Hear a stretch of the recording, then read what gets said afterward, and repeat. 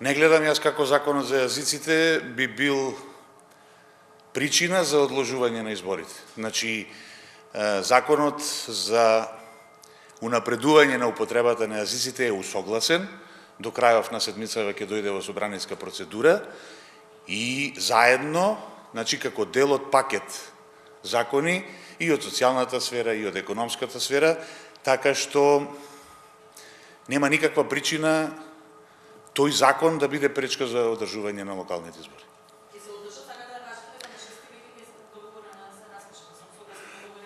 Дали јас сакам да кажам или не сакам да кажам, не е релевантно. Значи, избори ќе има на 15 октомври и на 6 овој месец председателот на собранието најави дека ќе ги распише локалните избори. Тука нема никаква дилема за нас како пратеници, односно како дел од законодавниот дом.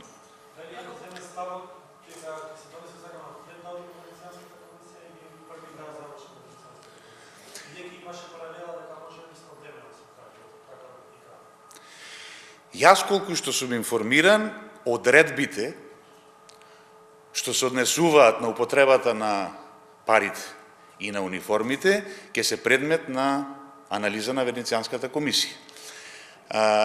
Кога тоа ќе се случи, како ќе се случи, дали подоцна целиот закон ќе оди повторно на Венецијанска комисија, тоа е работа на извршната власт и на коалиционите партнери. Тие тоа ќе си го договорат.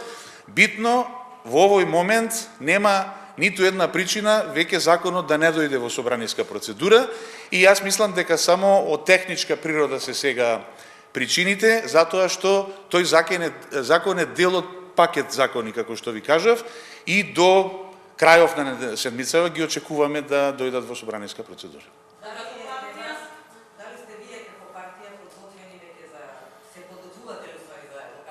Ние одамна сме подготвени како партија за локални избори, така што тука немаме дилема.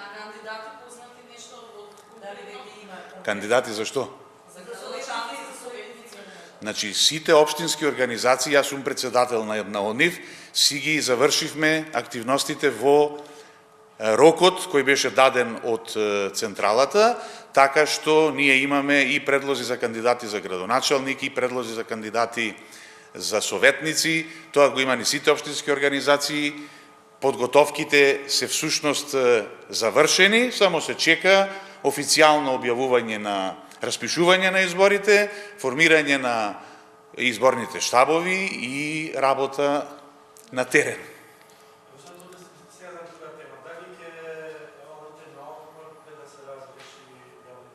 Не, јас ви кажав, ние нема да одиме на одмор пред да се разреши државниот јавен обвинител. Инсистираме и на тоа пристанавме, значи прифативме, прво да се дискутира за ребалансот на буџетот, да заврши законски предвидената општа расправа на пленарни седници и веднаш потоа подготвени сме да дискутираме и за предлогот на опозицијата за новиот закон за избор на државен јавен обвинител или за јавно обвинителство.